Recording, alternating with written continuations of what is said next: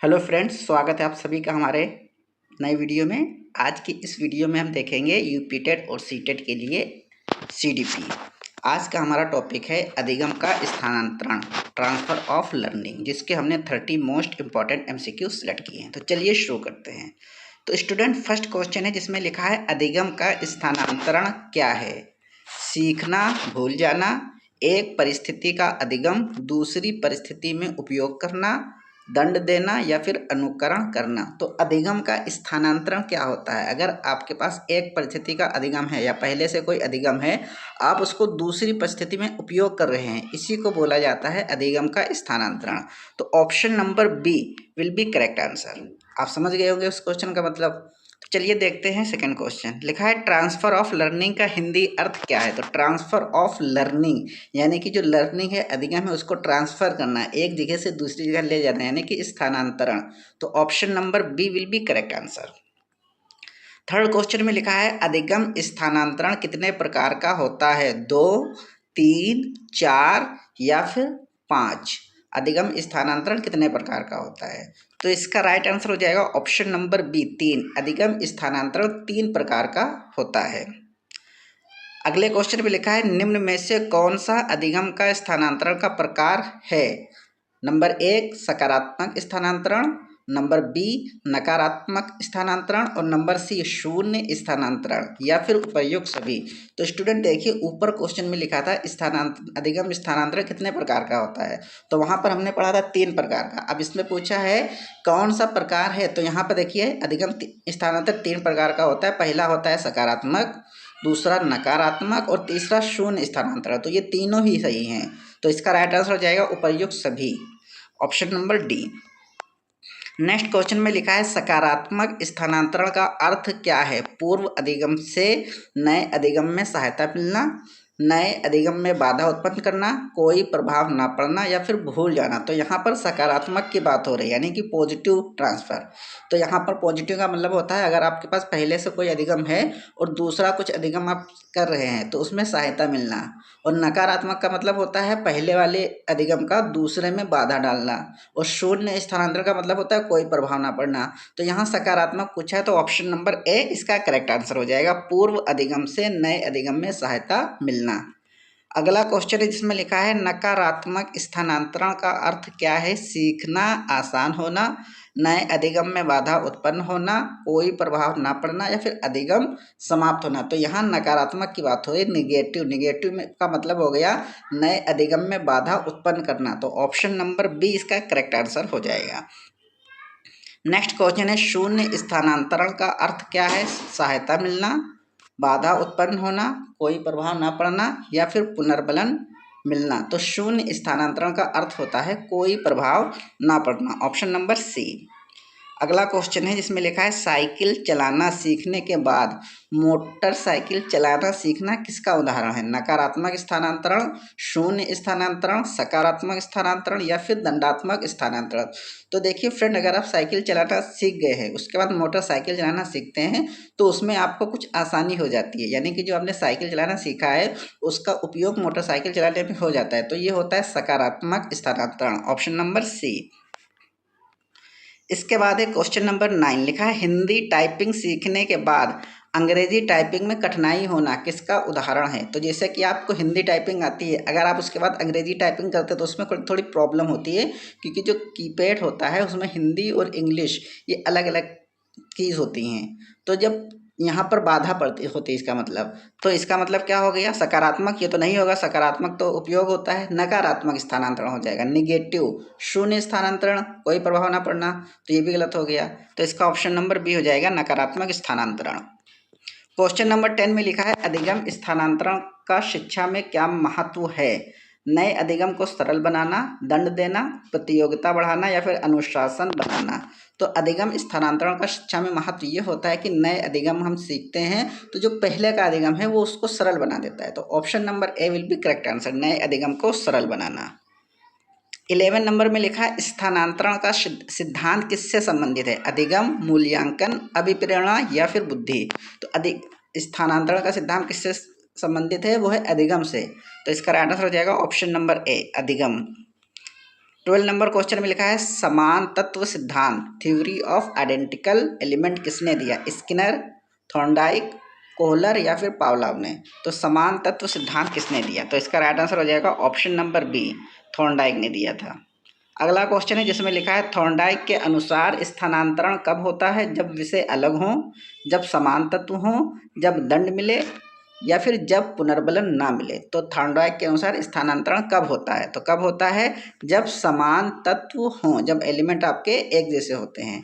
तो option number 20 का correct answer हो जाएगा। 14 नंबर में लिखा है अधिगम स्थानांतरण में शिक्षक की भूमिका क्या है? विषयों में संबंध स्थापित करना, दंड देना, केवल परीक्षा लेना या फिर अनुकरण कराना। तो अधिगम स्थानांतरण कब होगा? जब हमारे एक विषय से हम दूसरे विषय में जाते हैं उसमें संबंध स्थापित होता है, ताकि पहले की सीखी हुई चीज उसमें हम उपयोग कर सके। तो ऑप्शन नंबर ए इसका करेक्ट आंसर हो जाएगा, विषयों में संबंध स्थापित करना।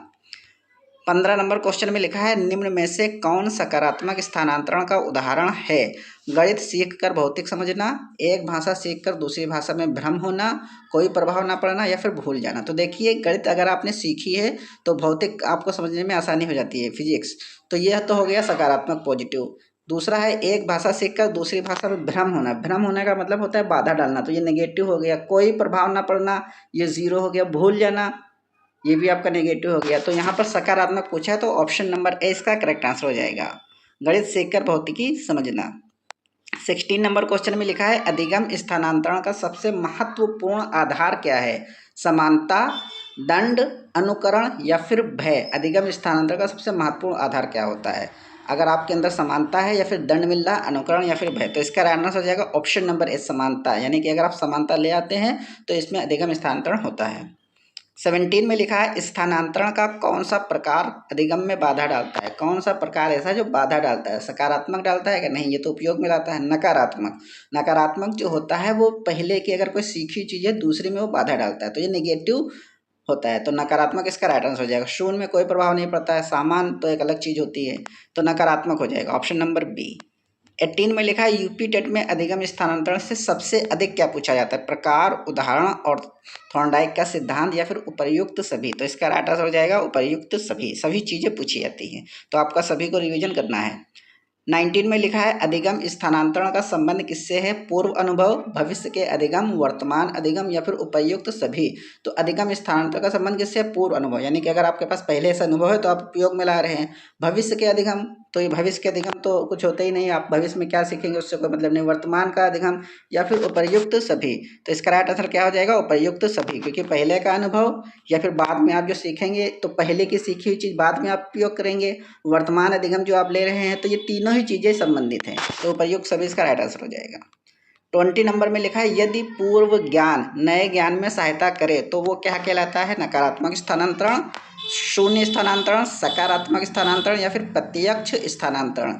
तो पहले का जो ज्ञान होता है अगर आपको दोबारा सीखने में सहायता करता है तो इसको बोलते हैं सकारात्मक स्थानांतरण, ऑप्शन नंबर सी।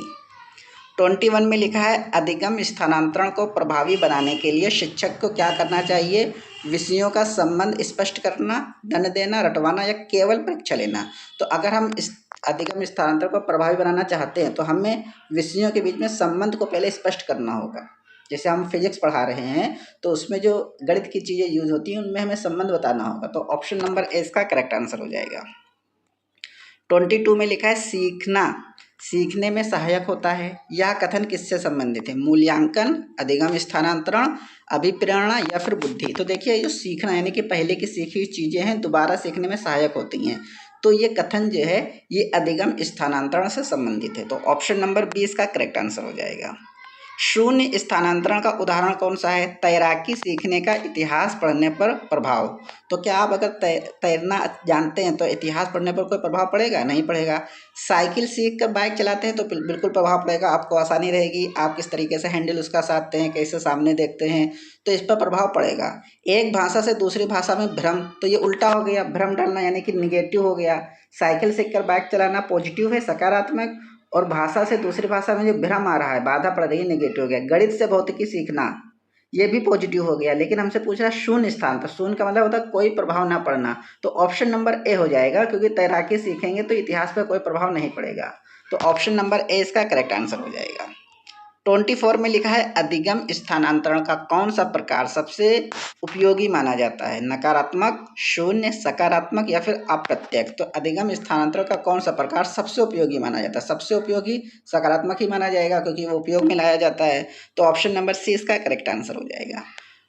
25 में लिखा है समान तत्व सिद्धांत किससे संबंधित है? थॉर्नडाइक, पियाजे, कोहलर या फिर बंडूरा। तो समान तत्व सिद्धांत ये किससे संबंधित है? थॉर्नडाइक। ऊपर एक क्वेश्चन आ भी चुका है इसी से रिलेटेड, थॉर्नडाइक इसका राइट आंसर हो जाएगा।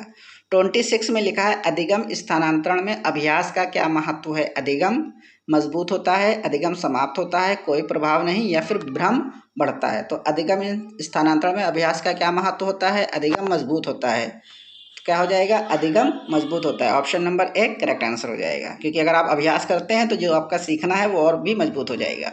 27 में लिखा है स्थानांतरण का सबसे अच्छा उदाहरण कौन सा है? गणितीय कौशल का विज्ञान में उपयोग, दंड देना, अनुकरण करना या केवल रटाना। तो यहाँ पर क्या है? स्थानांतरण का सबसे अच्छा उदाहरण, अच्छे उदाहरण का मतलब हो गया पॉजिटिव। तो अगर आप गणितीय कौशल है, गणित में कोई चीज़ सीखें उसको विज्ञान में उपयोग करें तो एक अच्छा उदाहरण माना जाएगा।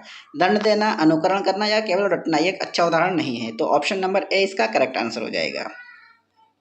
28 में लिखा है अधिगम स्थानांतरण किस प्रकार के शिक्षण को बढ़ावा देता है? अर्थपूर्ण शिक्षण, रटने वाला शिक्षण, दंडात्मक शिक्षण या फिर निष्क्रिय शिक्षण। तो रटने वाला शिक्षण एक अच्छा शिक्षण नहीं है, ये नेगेटिव हो गया। दंडात्मक यानी कि दंड देना वो भी सही नहीं। निष्क्रिय मतलब क्लास में अगर आप बैठे तो एक्टिव नहीं, ये भी गलत हो गया। तो अर्थपूर्ण शिक्षण ऐसा शिक्षण जिसका कोई अर्थ निकले। ऑप्शन नंबर ए इसका करेक्ट हो जाएगा। 29 में लिखा है अधिगम स्थानांतरण का उद्देश्य क्या है? ज्ञान का उपयोग, दंड देना, भूल बढ़ाना या फिर प्रतियोगिता कराना। तो अधिगम स्थानांतरण का उद्देश्य ये होता है जो हमारे पास पहला का ज्ञान है उसके बाद दूसरी चीज़ अगर हम सीख रहे हैं तो उसमें उपयोग करना। तो ज्ञान का उपयोग विल बी करेक्ट आंसर। बाकी के जो ऑप्शन है समझ लेते, दंड देना तो ये नेगेटिव हो गया, इसे नहीं होगा। भूल बढ़ाना या प्रतियोगिता कराना तो ये अधिगम स्थानांतरण से संबंधित नहीं है। तो इसका राइट आंसर होगा ऑप्शन नंबर ए। अगला क्वेश्चन है लास्ट 30 नंबर, लिखा है अधिगम स्थानांतरण का सबसे महत्वपूर्ण तत्व है समानता, दंड, अनुकरण या फिर भय। तो सबसे महत्वपूर्ण तत्व क्या होता है? समानता लाना। तो ऑप्शन नंबर ए इसका करेक्ट आंसर हो जाएगा। इसके बाद देख लेते हैं एग्जाम ट्रिक, इससे रिलेटेड लिखा है अधिगम स्थानांतरण। आपको याद करने की यह ट्रिक है, अधिगम स्थानांतरण equal to positive plus negative plus zero. Positive का मतलब हो गया सकारात्मक स्थानांतरण, पहले की कोई चीज़ अगर हम सीखे हैं बाद में कुछ सीख रहे हैं तो उसमें उपयोग लाना। निगेटिव का मतलब होता है पहले की चीज़ें सीखी हुई बाद में सीखने में बाधा डाल रही हैं। यानी कि अगर कोई भाषा हम सीखते हैं तो दूसरी भाषा अगर सीखते हैं तो इसमें भ्रम आ जाता है, तो निगेटिव हो गया। जीरो का मतलब हो गया पहले की सीखी हुई चीज़ का दूसरे पर कोई प्रभाव ना पड़ना। समान तत्व सिद्धांत जो समानता हम लाते हैं, पूर्व ज्ञान का उपयोग वही पॉजिटिव चीज़ में जो हम उपयोग करते हैं। तो इस तरीके से यहाँ पर हमने अधिगम स्थानांतरण से 30 क्वेश्चन MCQ कंप्लीट कर लिए हैं। अगर आपने ये प्लेलिस्ट जिसमें हमने टॉपिक वाइज डेली 30 क्वेश्चन आपके लाए हैं प्लेलिस्ट नहीं देखी है तो आप आई बटन पर क्लिक करके देख सकते हैं। वीडियो अगर अच्छी लगी तो लाइक कर दीजिएगा और हमारे चैनल को सब्सक्राइब जरूर कर दीजिएगा। Thank you.